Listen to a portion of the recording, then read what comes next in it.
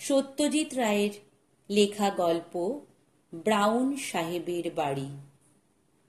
Brown সাহেবের ডায়েরিটি হাতে আসার পর থেকেই ব্যাঙ্গালোর যাবার একটা সুযোগ খুঁজছিলাম। সেটা এলো বেশ অপ্রত্যাশিতভাবে। আমাদের বালিগঞ্জ স্কুলের বাৎসরিক রিউনিয়নে দেখা হয়ে গেল আমার পুরনো সহপাঠী অনিকেন্দ্র ভৌমিকের সঙ্গে। অনেক বলল সে ব্যাঙ্গালোরে ইন্ডিয়ান ইনস্টিটিউট অব সায়েন্সে চাকরি করছে। একবার ঘুরে যা না এসে আমার ওখানে, the best place in India. একটা বাড়তি ঘরও আছে আমার বাড়িতে, আসবি? অনেক স্কুলে থাকতে আমার খুবই বন্ধু ছিল। তারপর যা হয় আর কি, কলেজ হয়ে গেল দুজনের আলাদা। তাছাড়া ও বিজ্ঞান আর আমি আর্টস, দুজনে প্রায় উল্টো মুখো রাস্তা ধরে চলতে আরম্ভ করলাম। মাঝে ও আবার চলে গেল বিলেতে। ফলে ক্রমে দুজনের বন্ধুত্বের মধ্যেও অনেকটা ব্যবধান এসে পড়ল। আর আজ প্রায় 12 বছর পর তার সঙ্গে দেখা। বললাম, গিয়ে পড়তে পারি। কোন সময়টা ভালো? Any time. ব্যাঙ্গালোরে গরম নেই। সাধে কি জায়গাটা সাহেবদের এত প্রিয়? তুই যখনই আসতে চাস আসিস, তবে 7 দিনের নোটিশ পেলে ভালো হয়। যাক, তাহলে ব্রাউন সাহেবের বাড়িটা দেখার সৌভাগ্য হলেও হতে পারে। কিন্তু তার আগে সাহেবের ডায়েরিটার কথা বলা দরকার। আমি হলাম যাকে বলে পুরনো বইয়ের পোকা। ব্যাংকে কাজ করে প্রতি মাসে যা রোজগার হয় তার অন্তত অর্ধেক টাকা পুরনো বই কেনার পিছনে খরচ হয়। ভ্রমণ কাহিনী, শিকারের গল্প, ইতিহাস, আত্মজীবনী, ডায়েরি, কত রকম বই না গত 5 বছরে জমে উঠেছে আমার। পোকায় কাটা পাতা, বার্ধক্যে ঝুরঝুরে হয়ে যাওয়া পাতা, ড্যাম্পে বিবর্ণ হওয়া পাতা, এসবই আমার কাছে অতি পরিচিত এবং অতি প্রিয় জিনিস। আর পুরনো বইয়ের গন্ধ, এর জুড়ি নেই। অগরু, কস্তুরী, গোলাপ, হাসনুহানা, মায় ফরাসি সেরা পারফিউমের সুবাস, এই দুটো গন্ধের কাছে হার মেনে যায়। এই পুরনো বই কেনাই আমার একমাত্র নেশা। আর পুরনো বই কিনতে গিয়েই পাওয়া ব্রাউন সাহেবের ডায়েরিটা। বলে রাখি, এই ডায়েরি কিন্তু ছাপা ডায়েরি নয়, যদিও সেরকম ডায়েরিও আমার আছে। এই ডায়েরি একেবারে খাগের কলমে লেখা আসল ডায়েরি। লাল চামড়ায় বাঁধানো 350 পাতার রুল টানা খাতা, 6 ইঞ্চি বাই 4.5 ইঞ্চি, মলাটের চারপাশে সোনার জলের নকশা করা বর্ডার। তার মাঝখানে সোনার ছাপার অক্ষরে লেখা সাহেবের নাম, জন মিডলটন ব্রাউন। মলাট খুললে প্রথম পাতায় সাহেবের নিজের হাতে নাম সই, তার নিচে সাহেবের ঠিকানা, Evergreen Lodge, Fraser Town, Bangalore. আর তার নিচে লেখা জানুয়ারি 1858। অর্থাৎ এই ডায়েরির বয়স হল 113। এই ব্রাউন সাহেবের নাম লেখা অন্য আরো খানকতক বইয়ের সঙ্গে ছিল এই লাল চামড়ার বাঁধানো খাতাটা। নাম করা বইয়ের তুলনায় দাম খুবই কম। মকবুল চাইল 20। আমি বললাম 10। শেষটায় 12 টাকার বিনিময়ে বইটা আমার সম্পত্তি হয়ে গেল। ব্রাউন যদি নাম করা কেউ হতেন, তাহলে এই বইয়ের দাম 1000 টাকা হতে পারত। ডায়েরিটাতে তখনকার দিনের ভারতবর্ষে সাহেবদের দৈনন্দিন জীবনের বাইরে আর কিছু জানতে পাবো এমন আশা করিনি। সত্যি বলতে কি, প্রথম 100 খানেক পাতা পড়ে তার বেশি পাইও নি। ব্রাউন সাহেবের পেশা ছিল স্কুল মাস্টারি। ব্যাঙ্গালোরের কোনো একটা স্কুলে শিক্ষকতা করতেন। সাহেব নিজের কথাই বেশি বলেছেন। মাঝে মাঝে ব্যাঙ্গালোর শহরের বর্ণনা করেছেন। এক জায়গায় তখনকার বড়লাটের গিন্নি লেডি ক্যানিংয়ের ব্যাঙ্গালোর আসার ঘটনা বলেছেন। ব্যাঙ্গালোরের ফুল ফল গাছপালা ও তাঁর নিজের বাগানের কথা বলেছেন। এক এক জায়গায় আবার ইংল্যান্ডের সাসেক্স অঞ্চলে তাঁর পৈতৃক বাড়ি আর তার পিছনে ফেলে আসা আত্মীয় স্বজনের কথা বলেছেন। তাঁর স্ত্রী এলিজাবেথের উল্লেখও আছে, তবে স্ত্রীটি কয়েক বছর আগেই মারা গিয়েছিলেন। সবচেয়ে ইন্টারেস্টিং ব্যাপার হচ্ছে সাইমন নামে কোনো এক ব্যক্তির বারংবার উল্লেখ। এই সাইমন যে কে ছিলেন, তার ছেলে না ভাই না ভাগ্নে না বন্ধু না কি, সেটা বোঝার কোনো উপায় ডায়েরিতে নেই। তবে সাইমনের প্রতি ব্রাউন সাহেবের যে একটা গভীর টান ছিল সেটা বুঝতে কোনো অসুবিধে হয় না। সাইমনের বুদ্ধি, সাইমনের সাহস, সাইমনের রাগ, অভিমান, দুষ্টুমি, খামখেয়ালিপনা ইত্যাদির কথা বারবার আছে ডায়েরিতে।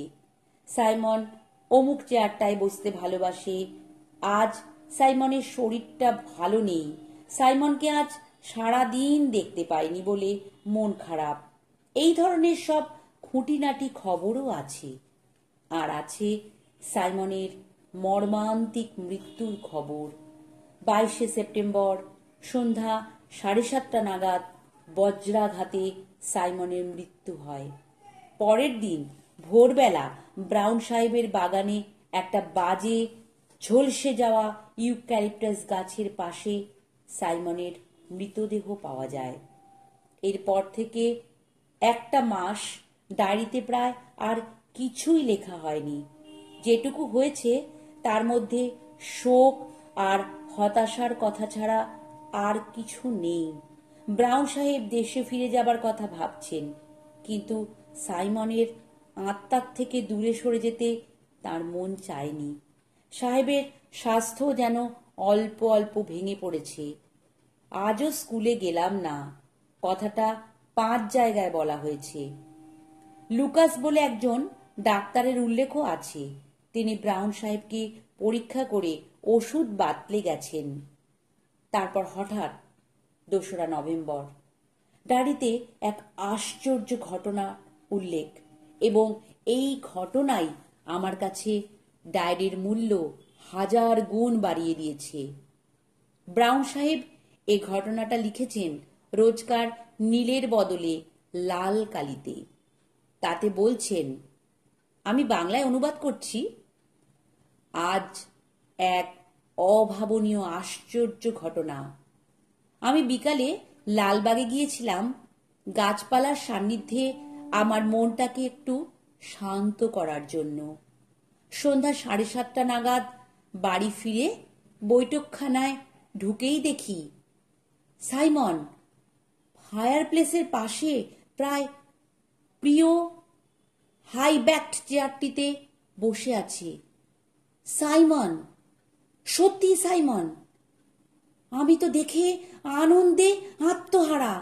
আর শুধু যে বসে আছে তা নয়, সে এক দৃষ্টে আমারই দিকে তাকিয়ে আছে তার স্নেহ মাখানো চোখ দুটি দিয়ে।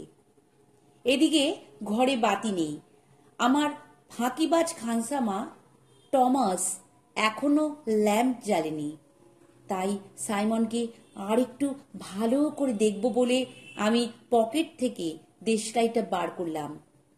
কাঠি বার করে বাক্সের গায়ে ঘষতেই আলো জ্বলে উঠল।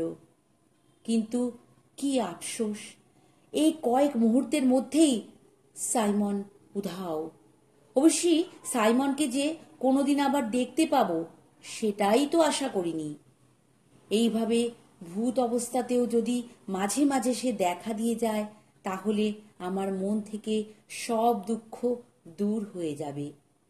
সত্যি আজ এক অপূর্ব আনন্দের দিন।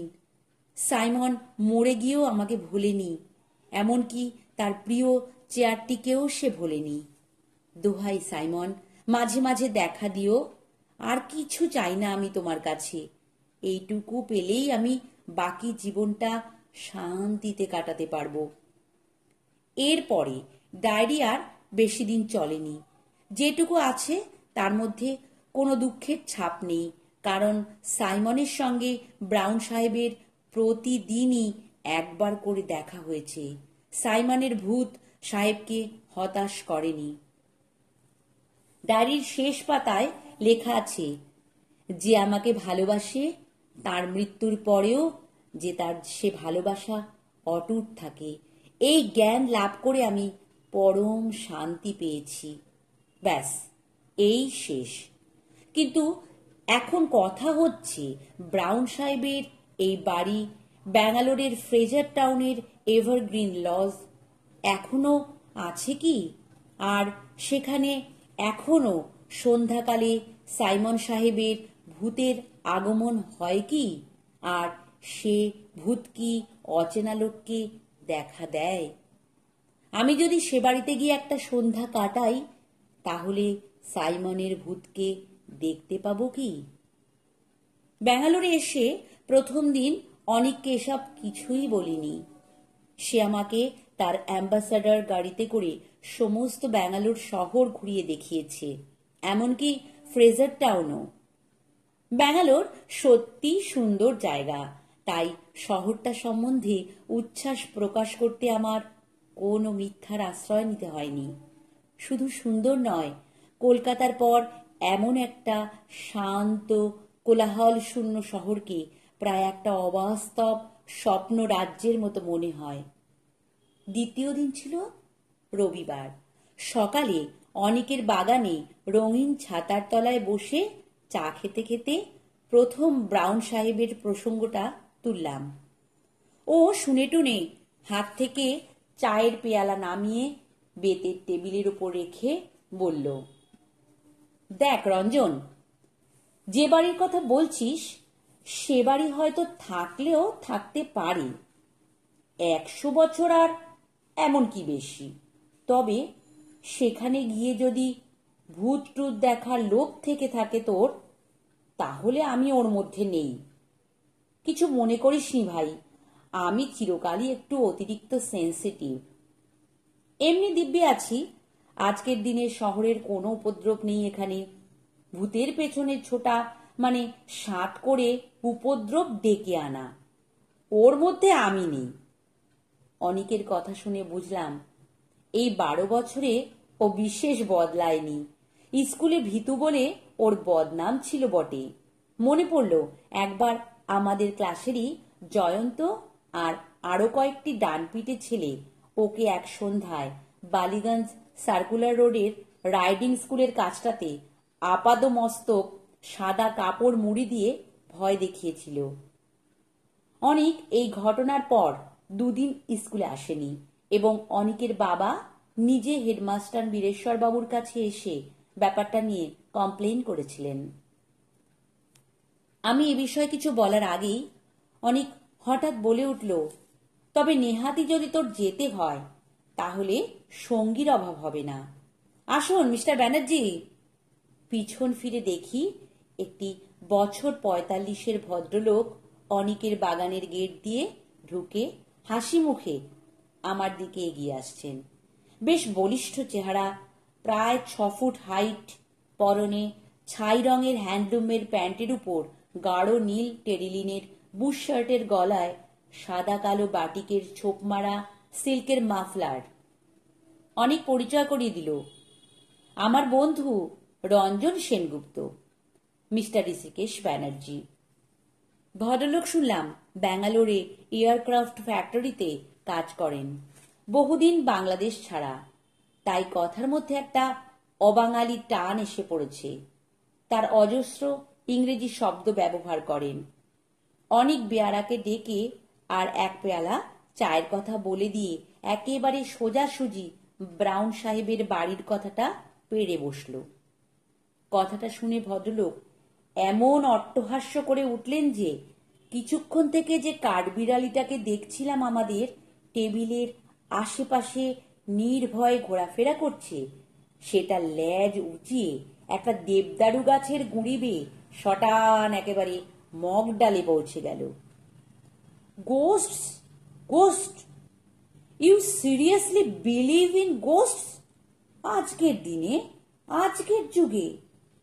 আমি আমতা আমতা করে বললাম, একটা কৌতূহল থাকলে ক্ষতি কি? এমনও তো হতে পারে যে ভূতেরও একটা বৈজ্ঞানিক ব্যাখ্যা আছে, যেটা 10 বছরের মধ্যে জানা যাবে। ব্যানার্জির হাসি তবুও থামে না। লক্ষ্য করলাম ভদ্রলোকের দাঁতগুলো ভারী ঝকঝকে ও মজবুত। অনেক বলল, যাই হোক mister Banerjee, ghost or no ghost, এমন বাড়ি যদি একটা থেকেই থাকে, আর রঞ্জনের যদি একটা উদ্ভট খেয়াল হয়েই থাকে, একটা সন্ধেবেলা ওকে নিয়ে খানিকটা সময়ের জন্য ও বাড়িতে কাটিয়ে আসতে পারেন কিনা সেইটে বলুন। ও কলকাতা থেকে এসেছে, আমার গেস্ট, ওকে তো আর আমি একা যেতে দিতে পারি না ওখানে।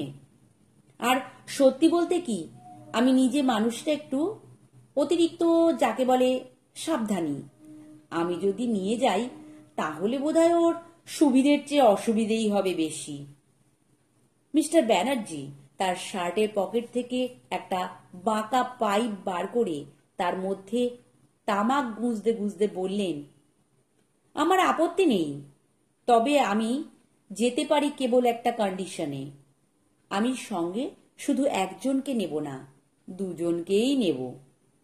কথাটা শেষ করে ব্যানার্জি আবার হাসলেন, আর তার ফলে এবার আশেপাশের গাছ থেকে 4-5 রকম পাখির চিৎকার ও ডানা ঝাপটানির আওয়াজ শোনা গেল। অনেকের মুখ কিঞ্চিত ফ্যাকাশে দেখালেও সে আপত্তি করতে পারল না। কি নাম বললেন বাড়িটার? ব্যানার্জি জিজ্ঞেস করলেন। Evergreen Lodge. ফ্রেজার টাউনে? তাই তো বলেছে ডায়েরিতে। ভদ্রলোক পাইপে টান দিলেন। ফ্রেজার টাউনে সাহেবদের কিছু পুরনো বাড়ি আছে বটে, কটেজ টাইপের। এনিওয়ে, যেতেই যদি হয় তো দেরি করে লাভ কি? হোয়াট অ্যাবাউট আজ বিকেল, এই ধরুন 4টে নাগাদ? ইঞ্জিনিয়ার হলে কি হবে, মেজাজটা একেবারে পুরো দস্তুর মিলিটারি এবং সাহেবি। ঘড়ি ধরে 4টের সময় ঋষিকেশ ব্যানার্জি তার মরিস মাইনার গাড়িটি নিয়ে হাজির। গাড়িতে যখন উঠছি তখন ভদ্রলোক জিজ্ঞেস করলেন, সঙ্গে কি কি নিলেন? অনেক ফিরিস্তি দিল। একটা 5 সেলের টর্চ, 6টা মোমবাতি, ফার্স্ট এড বক্স, একটা বড় ফ্লাস্ক ভর্তি গরম কফি, 1 বাক্স হ্যাম স্যান্ডউইচ, 1 প্যাকেট তাস, মাটিতে পাতবার চাদর, মশা তাড়ানোর জন্য 1 টিউব ওডোমস। আর অস্ত্রশস্ত্র? ব্যানার্জি জিজ্ঞেস করলেন। ভূতকে কি অস্ত্র দিয়ে কিছু করা যায়? কিরে রঞ্জন, তোর সাইমনের ভূত কি সলিড নাকি? যাই হোক, মিস্টার ব্যানার্জি গাড়ির দরজা বন্ধ করে বললেন, আমার কাছে একটি ছোটখাটো আগ্নেয়াস্ত্র আছে, সুতরাং সলিড লিকুইড নিয়ে চিন্তা করার কোনো প্রয়োজনই নেই। গাড়ি ছাড়ার পর ব্যানার্জি বললেন, এভারগ্রিন লজের ব্যাপারটা একেবারে কাল্পনিক নয়। আমি একটু অবাক হয়ে বললাম, আপনি কি এর মধ্যেই খোঁজ নিয়েছেন নাকি? ব্যানার্জি রীতিমতো কসরতের সঙ্গে দুটো সাইকেল চালককে পর পর পাশ কাটিয়ে বললেন, I am a very methodical man, mister Sengupta. যেখানে যাচ্ছি সে জায়গাটা অ্যাটল আছে কি না সেটা সম্বন্ধে আগে থেকেই খোঁজ নিয়ে রাখা উচিত নয় কি? ওদিকটায় শ্রীনিবাস দেশমুখ থাকে, আমরা একসঙ্গে গলফ খেলি, অনেক দিনের আলাপ। সকালে এখান থেকে ওর বাড়িতেই গেছলাম। বলল এভারগ্রিন লজ বলে একটা একতলা কটেজ নাকি প্রায় 50 বছর থেকে খালি পড়ে আছে। বাড়ির বাইরের বাগানে বছর 10 আগে পর্যন্ত লোকে পিকনিক করতে যেত, এখন আর যায় না। খুব নিরিবিলি জায়গায় বাড়িটা। আগেও নাকি একটানা বেশি দিন কেউ ও বাড়িতে থাকেনি। তবে হন্টেড হাউস বলে কেউ কোনোদিন অপবাদ দেয়নি বাড়িটার। বাড়ির ফার্নিচার সব বহুদিন আগেই নিলাম হয়ে গেছে। তার কিছু নাকি কর্নেল মার্শারের বাড়িতে আছে, রিটায়ার্ড আর্মি অফিসার। তিনিও ফ্রেজার টাউনেই থাকতেন। সব শুনে টুনে বুঝেছেন মিস্টার সেনগুপ্ত, মনে হচ্ছে আমাদেরও এই পিকনিক জাতীয়ই একটা কিছু করে ফেরত আসতে হবে। অনিকেন্দ্র তাসটা এনে ভালোই করেছে। ব্যাঙ্গালোরের পরিষ্কার প্রশস্ত রাস্তা দিয়ে গাড়ি করে যেতে যেতে বারবারই মনে হচ্ছিল যে শহরটা এতই অভূতুড়ে যে এখানে একটা হানাবাড়ির অস্তিত্বই কল্পনা করা কঠিন। কিন্তু তারপরেই আবার মনে পড়ে যাচ্ছিল ব্রাউন সাহেবের ডায়েরির কথা। লোকে নেহাত পাগল না হলে ডায়েরিতে আজগুবি কথা বানিয়ে লিখবে কেন? সাইমনের ভূত ব্রাউন নিজে দেখেছেন, একবার নয় অনেকবার। সে ভূত কি আমাদের জন্য একবার দেখা দেবে না? বিলেতে আমি যাইনি, কিন্তু বিলেতের কটেজের ছবি বইয়ের পাতায় ঢের দেখেছি। এভারগ্রিন লজের সামনে দাঁড়িয়ে মনে হলো সত্যিই যেন ইংল্যান্ডের কোনো গ্রামাঞ্চলে একটা পুরনো পরিত্যক্ত বাড়ির সামনে এসে পড়েছি। কটেজের সামনেই ছিল বাগান। সেখানে ফুলের কেয়ারির বদলে যখন শুধু ঘাস আর আগাছা। একটা ছোট্ট কাঠের গেট, যাকে ইংরেজিতে বলে উইকেট, এটা দিয়ে বাগানে ঢুকতে হয়। সেই গেটের গায়ে একটা ফলকে খোদাই করে এখনো লেখা রয়েছে বাড়ির নামটা। তবে হয়তো কোনো চড়ুই ভাতির দলেরই কেউ রসিকতা করে এভারগ্রিন কথাটার আগে একটা এন জুড়ে দিয়ে সেটাকে নেভারগ্রিন করে দিয়েছে। আমরা গেট দিয়ে ঢুকে বাড়ির দিকে এগোলাম। চারিদিকে অজস্র গাছপালা, ইউক্যালিপটাসও গোটা তিনেক রয়েছে দেখলাম। আর যা গাছ আছে তার অনেকগুলোরই নাম আমার জানা নেই, চোখেও দেখিনি এর আগে কোনো দিন। ব্যাঙ্গালোরের জলমাটির নাকি এমনই গুণ যে সেখানে যে কোনো দেশের যে কোনো গাছই বেঁচে থাকে। কটেজের সামনে একটা টালির ছাউনি দেওয়া পোর্টিকো, তার বাঁকা থামগুলো বেয়ে লতা উঠেছে ওপর দিকে। ছাউনির অনেক টালিই নেই, ফলে ফাঁক দিয়ে আকাশ দেখা যায়। সামনের দরজার একটা পাল্লা ভেঙে কাত হয়ে আছে। বাড়ির সামনের দিকের দরজা জানলার কাঁচ অধিকাংশই ভাঙা। দেয়ালের ওপর শ্যাওলা ধরে এমন অবস্থা হয়েছে যে বাড়ির আসল রংটা যে কি ছিল তা আজ বোঝার উপায় নেই। দরজা দিয়ে বাড়ির ভিতরে ঢুকলাম আমরা। ঢুকেই একটা প্যাসেজ, পেছন দিকে একটা ভাঙা দরজার ভিতর দিয়ে একটা ঘর দেখা যাচ্ছে। আমাদের ডাইনে বায়েও ঘর। ডাইনেরটাই বেশি বড় বলে মনে হলো। আন্দাজে বুঝলাম এটাই হয়তো বৈঠকখানা ছিল। মেঝেতে বিলেতি কায়দায় কাঠের তক্তা বসানো, তার কোনোটাই প্রায় আস্ত নেই। সাবধানে পা ফেলতে হয় এবং প্রতি পদক্ষেপে খুটখাট খচ খচ শব্দ থাকে। আমরা ঘরটাতে ঢুকলাম। বেশ বড় ঘর, ফার্নিচার না থাকলে আরো খাঁ খাঁ করছে। পশ্চিম আর উত্তর দিকে জানলার সারি। একদিকের জানলা দিয়ে গেট সমেত বাগান, আর অন্য দিক দিয়ে গাছের সারি দেখা যাচ্ছে। এরই একটাতে কি বাজ পড়েছিল? সাইমন দাঁড়িয়েছিল সেই গাছের নিচে। তৎক্ষণাৎ মৃত্যু ভাবতে গাটা ছমছম করে উঠল। এবারে দক্ষিণ দিকের জানলাবিহীন দেয়ালের দিকে চাইলাম। বাঁ কোণে ফায়ারপ্লেস। এই ফায়ারপ্লেসের পাশেই ছিল সাইমনের প্রিয় চেয়ারখানা। ঘরের সিলিংয়ের দিকে চাইতে চোখে পড়ল ঝুল আর মাকড়সার জাল। এককালে সুদৃশ্য এভারগ্রিন লজের অবস্থা এখন খুবই শোচনীয়। মিস্টার ব্যানার্জি প্রথম দিকে লা লা করে বিলেতি সুর ভাঁজিলেন। এখন নতুন করে পাইপ ধরিয়ে বললেন, কি খেলা আসে আপনাদের? ব্রিজ না পোকার না রামি? অনিক হাতের জিনিসপত্র মেঝেতে সাজিয়ে চাদরটা বিছিয়ে মাটিতে বসতে যাচ্ছিল, এমন সময় একটা শব্দ কানে এলো। অন্য কোনো ঘরে কেউ জুতো পায়ে হাঁটছে। অনেকের দিকে চেয়ে দেখলাম সে ফ্যাকাশে হয়ে গেছে। পায়ের শব্দটা থামল। মিস্টার ব্যানার্জি হঠাৎ মুখ থেকে পাইপটা নামিয়ে নিয়ে বাজখাই গলায় চেঁচিয়ে উঠলেন, ইজ এনিবডি দেয়ার? সঙ্গে সঙ্গে আমরা তিনজনে প্যাসেজের দিকে এগোলাম। অনেক আলতো করে আমার কোটের আস্তিনটা ধরে নিয়েছে। এবার জুতোর শব্দটা আবার শুরু হলো।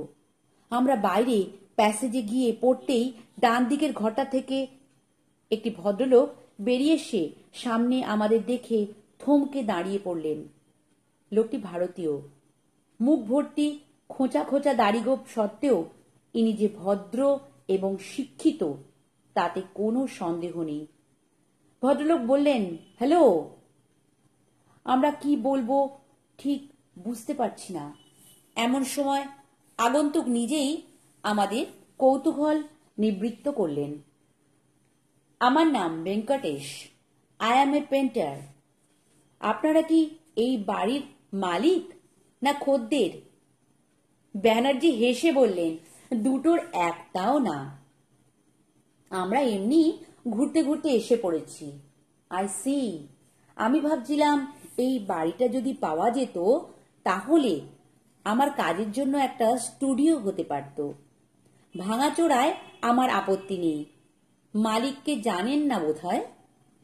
আগে না, সরি, ব্যানার্জি বললেন। তবে আপনি কর্নেল মার্সারের ওখানে খোঁজ করে দেখতে পারেন। সামনের রাস্তা ধরে বাঁদিকে চলে যাবেন, মিনিট 5 হাঁটা পথ। থ্যাংক ইউ বলে মিস্টার ভেঙ্কটেশ বেরিয়ে চলে গেলেন। গেট খোলার এবং বন্ধ করার শব্দ পাবার পর ব্যানার্জি আবার তার অট্টহাসি হেসে বললেন, মিস্টার সেনগুপ্ত, ইনি নিশ্চয়ই আপনার সাইমন বা ওই জাতীয় কোনো ভূত ট্রুত নন?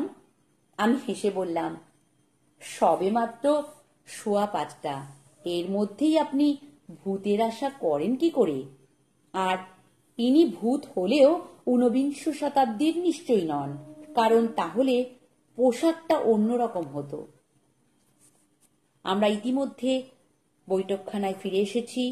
অনেক মাটিতে পাতা চাদরের উপর বসে পড়ে বলল, মিথ্যে কল্পনার প্রশ্রয় দিয়ে নার্ভাসনেস বাড়ানো, তার চেয়ে তাস হোক। আগে মোমবাতি খানকতক জ্বালাও দেখি। ব্যানার্জি বললেন, এখানে বড় ঝপ করে সন্ধে নামে। দুটো মোমবাতি জ্বালিয়ে কাঠের মেঝেতে দাঁড় করিয়ে ফ্লাস্কের ঢাকনিতে কফি ঢেলে তিনজনে পালা করে খেয়ে নিলাম। একটা কথা আমার কিছুক্ষণ থেকে মনে আসছিল, সেটা আর না বলে পারলাম না। ভূতের নেশা যে আমার ঘাড়ে কিভাবে চেপেছে সেটা আমার এই কথা থেকেই বোঝা যাবে। ব্যানার্জিকে উদ্দেশ্য করে বললাম, আপনি বলেছিলেন কর্নেল মার্সার এ বাড়ির ফার্নিচার কিছু কিনেছিলেন। তিনি যদি এতই কাছে থাকেন তাহলে তার বাড়ির গিয়ে একটা জিনিসের খোঁজ করে আসা যায় কি? কি জিনিস? ব্যানার্জি প্রশ্ন করলেন। একটা বিশেষ ধরনের হাই ব্যাকড চেয়ার। অনেক যেন একটু বিরক্ত হয়েই বললে, কেন বলো তো? হঠাৎ একটা হাই ব্যাকড চেয়ারের খোঁজ করে কি হবে? না, মানে ব্রাউন সাহেব বলেছেন ওটা নাকি সাইমনের খুব প্রিয় চেয়ার ছিল। সে ভূত হয়েও ওটাতে এসে বসতো। ওটা থাকতো ওই ফায়ার প্লেসটার পাশে। হয়তো ওটা ওখানে এনে রাখতে পারলে। অনেক বাধা দিয়ে বলল, তুই ব্যানার্জি সাহেবের ওই মরিস গাড়িতে করে হাই ব্যাক চেয়ার নিয়ে আসবি, নাকি আমরা তিনজনে ওটাকে কাঁধে করে আনবো? তোর কি মাথা খারাপ হয়েছে? ব্যানার্জি এবার হাত তুলে আমাদের দুজনকেই থামিয়ে দিয়ে বললেন, কর্নেল মার্সার যা কিনেছেন তার মধ্যে ওরকম চেয়ার নেই এটা আমি জানি। তার বাড়িতে আমার যথেষ্ট যাতায়াত আছে। ওটা থাকলে আমার চোখে পড়ত। আমি যতদূর জানি উনি কিনেছিলেন দুটো কেস, দুটো অয়েল পেন্টিং, খান কতক ফুলদানি আর সেলফে সাজিয়ে রাখার জন্য গুটি কতক শখের জিনিস, যাকে আর্ট অবজেক্ট বলে। আমি দমে গেলাম। অনেক তাস বার করে সাফল করতে আরম্ভ করেছে। ব্যানার্জি বললেন, রামিই হোক, আর এসব খেলা জমে জমে ভালো যদি পয়সা দিয়ে খেলা যায়। আপনাদের আপত্তি আছে কি? বললাম, মোটেই না। তবে আমি ব্যাংকের সামান্য চাকুরে, বেশি হারবার সামর্থ্য আমার নেই। বাইরে দিনের আলো ম্লান হয়ে এসেছে। আমরা খেলায় মন দিলাম। আমার তাসের ভাগ্য কোনোদিনই ভালো না। আজও তার ব্যতিক্রম লক্ষ্য করলাম না। আমি জানি অনেক মনে মনে নার্ভাস হয়ে আছে, সুতরাং সে জিতলে পরে আমি অন্তত একটু নিশ্চিন্ত হতাম।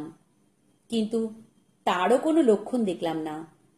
কপাল ভালো একমাত্র মিস্টার ব্যানার্জির। গুনগুন করে বিলেতি সুর ভাজছেন আর দানের পর দান জিতে চলেছেন।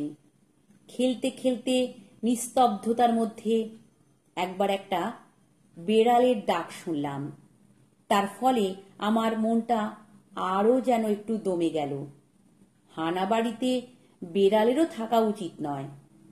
কথাটা বলাতে ব্যানার্জি হেসে বললেন, but it was a black cat. ওই প্যাসেজ দিয়ে হেঁটে গেল। ব্ল্যাক ক্যাট তো ভূতের সঙ্গে যায় ভালোই, তাই না? খেলা চলতে থাকলো। বেশ কিছুক্ষণের জন্য একবার মাত্র একটা অজানা পাখির কর্কশ ডাক ছাড়া আর কোনো শব্দ, দৃশ্য বা ঘটনা আমাদের একাগ্রতায় বাধা পড়তে দেয়নি। ঘড়িতে 6:30। বাইরের আলো নেই বললেই চলে। আমি একটু ভালো তাস পেয়ে পরপর দুবার জিতেছি, আর এক রাউন্ড রামি হয়ে গেছে ইতিমধ্যে। এমন সময় হঠাৎ একটা অস্বাভাবিক শব্দ কানে এলো। কে যেন বাইরের দরজায় টোকা মারছে। আমাদের তিনজনেরই তাস নিচে নেমে এলো। টক টক টক টক, অনেক এবার আরো ফ্যাকাশে। আমার বুকের ভিতরেও মৃদু কম্পন শুরু হয়েছে। কিন্তু ব্যানার্জি দেখলাম সত্যি ঘাবড়াবার লোক নন। হঠাৎ নিস্তব্ধতা ভেদ করে তার বাজখাই গলায় চেঁচিয়ে উঠলেন, হু ইজ ইট? আবার দরজায় টোকা। টক টক টক। ব্যানার্জি তদন্ত করার জন্য তড়াক করে উঠে পড়লেন। আমি খপ করে ভদ্রলোকের প্যান্টটা ধরে চাপা গলায় বললাম, একা যাবেন না। তিনজনে একসঙ্গে ঘর থেকে বেরোলাম। প্যাসেজে এসে বাঁদিকে চাইতেই দেখলাম দরজার বাইরে একজন লোক দাঁড়িয়ে আছে। তার পরনে স্যুট ও হাতে একটা লাঠি। অন্ধকারে তাকে চেনার কোনো উপায় নেই। অনিক আবার আমার আস্তিন চেপে ধরল, এবার আরো জোরে। ওর অবস্থা দেখেই বোধহয় আমার মনে আপনা থেকেই একটা সাহসের ভাব এলো। ব্যানার্জি ইতিমধ্যে আরো কয়েক পা এগিয়ে গিয়ে হঠাৎ চেঁচিয়ে উঠলেন, ও হ্যালো ডক্টর লার্কিন, আপনি এখানে? এবার আমিও প্রৌঢ় সাহেবটিকে বেশ ভালোভাবেই দেখতে পেলাম।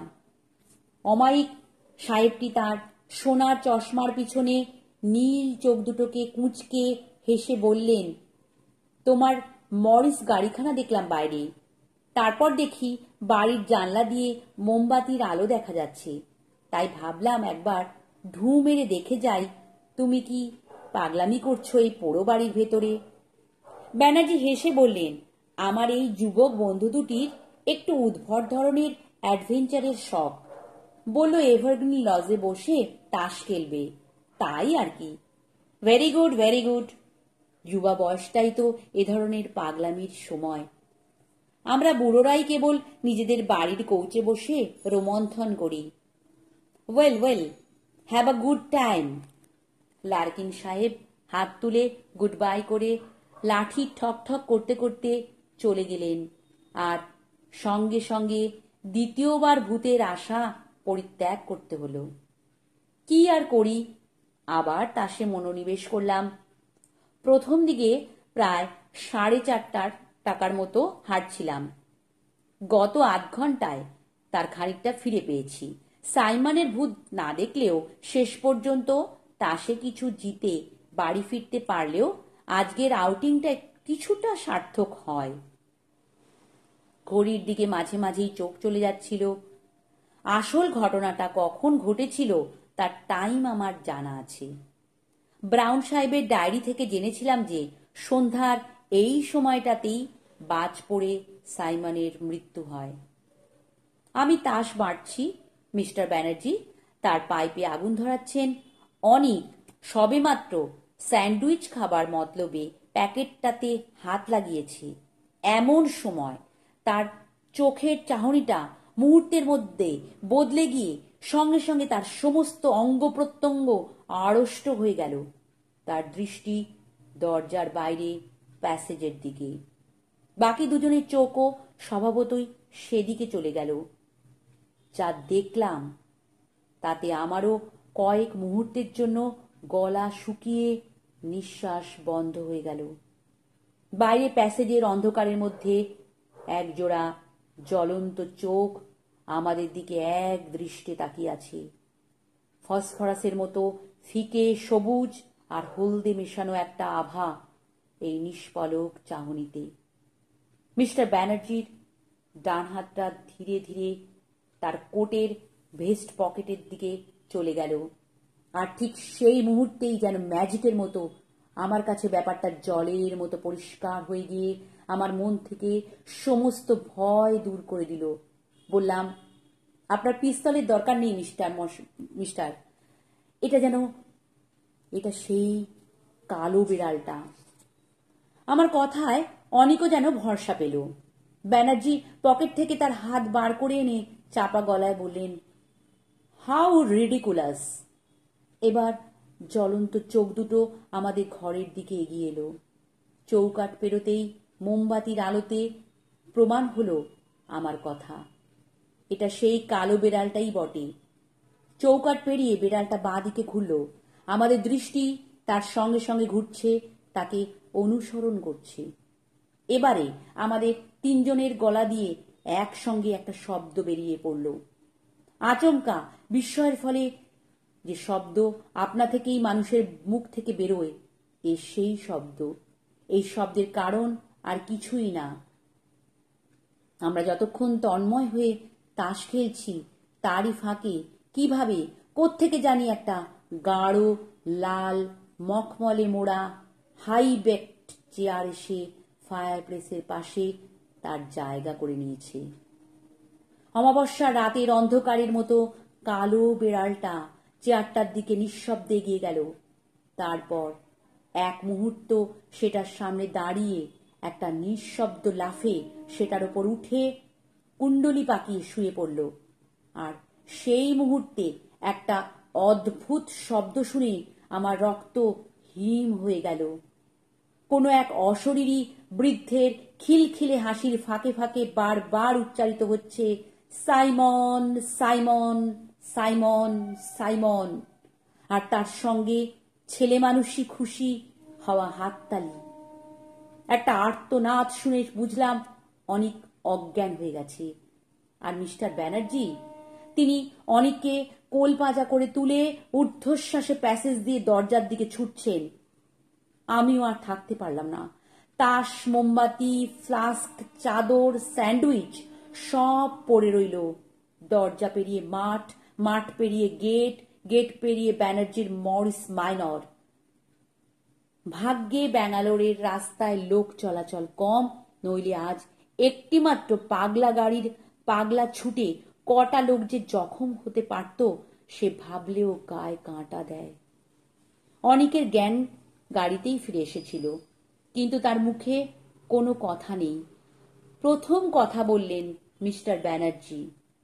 অনিকের বেয়ারার হাত থেকে ব্র্যান্ডির গিলাসটা ছিনিয়ে নিয়ে এক ঢোকে অর্ধেকটা নামিয়ে দিয়ে ঘড়ঘড়ে চাপা গলায় বললেন, সো সাইমন ওয়াজ আ ক্যাট। আমার নিজেরও কিছুই বলার অবস্থা নেই, কিন্তু আমার মন তার কথায় সায় দিল। সত্যি ব্রাউন সাহেবের বুদ্ধিমান, খামখেয়ালি, অভিমানী, অনুগত, আদরের সাইমন, যার মৃত্যু হয় বজ্রাঘাতে আজ থেকে 113 বছর আগে, সেই সাইমন ছিল আমাদের আজকের দেখা একটি পোষা কালো বিড়াল। নমস্কার। আমার গল্প শুনে তোমাদের ভালো লাগলে চ্যানেলটি সাবস্ক্রাইব করো আর লাইক দিয়ে তোমাদের সুচিন্তিত মতামত জানিও।